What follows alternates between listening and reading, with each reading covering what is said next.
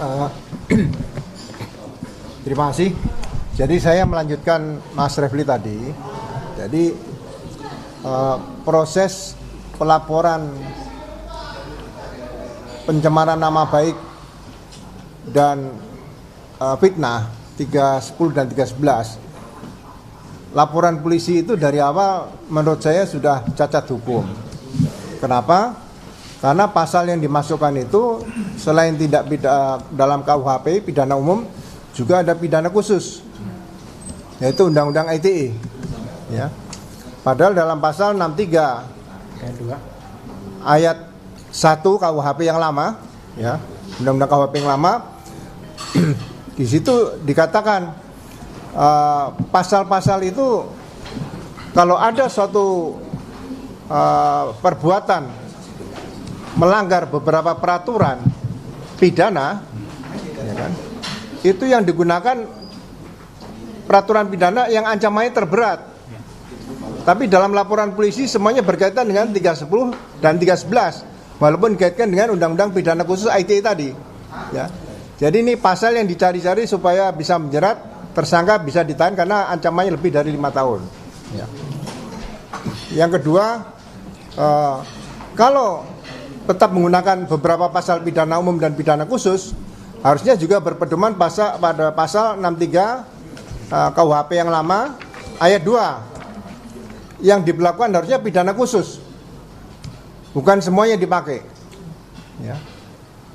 Nah, kemudian perbuatan pencemaran nama baik dan fitnah, karena sudah diarahkan ke RJ ini pasal 79 tadi ayat 5 dinyatakan harus mendapatkan penetapan pengadilan. Ya.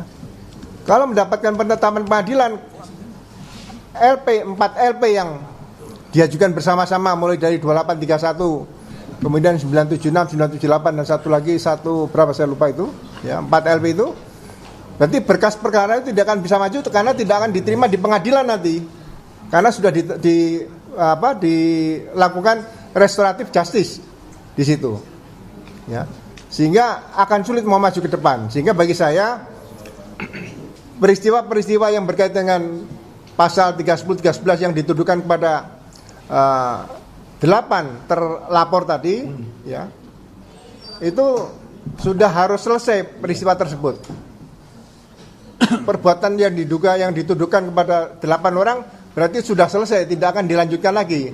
Karena tidak akan mungkin bisa diproses ke kejaksaan ataupun ke pengadilan. Ya. Saya tidak tahu sekarang apakah laporan polisi sudah masuk bagian dari sistem informasi penelusuran perkara SIPP. Kalau itu sudah masuk, otomatis pengadilan suatu saat akan menolak. Ya.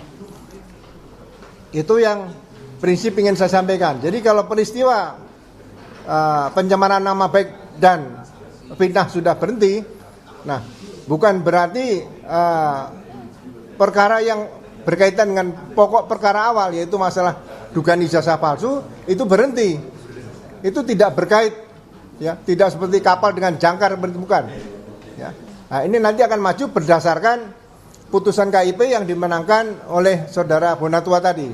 Dan ini akan masuk babak baru, ya, selain dari yang laporan TPO dulu di Barreskrim, juga akan dibuatkan laporan polisi baru oleh Pak Bonatua atau siapapun nanti yang melaporkan para komisioner KPU di Solo, kemudian di Jakarta dan di pusat. Ya. Jadi sekali lagi mohon dipisahkan antara peristiwa laporan polisi yang dilaporkan di Polda Metro, ya, dengan peristiwa penggunaan dugaan ijazah palsu tadi untuk menjadi calon wali kota waktu itu, kemudian calon gubernur dan calon presiden. Itu saja tambahan dari saya supaya ini memperjelas dan mempertegas bahwa tidak ada sebutan penyerahan diri, memaksa SP3 dan sebagainya. Karena SP3 yang dilakukan itu adalah perbuatan seluruhnya yang dilaporkan oleh Jokowi dan Pak Jokowi dan kawan-kawan, ya, dalam bentuk 4 LP tadi. Ya. Itu saja, terima kasih. Ya, jadi jelas tegas, ya, tidak ada kompromi. Tidak ada niat RRT untuk meminta maaf, tidak ada niat RRT untuk restoratif justice. yang ada adalah kami menuntut dihentikan penyidikan ini karena sudah bertentangan dengan hukum, demi hukum. Itu yang paling utama, demi hukum, karena ini sudah bertentangan dengan undang-undang, bertentangan dengan peraturan Kapolri, sehingga demi hukum harusnya penyidikan dihentikan. Ya, oke. Berikutnya Dr. Tifa akan menyampaikan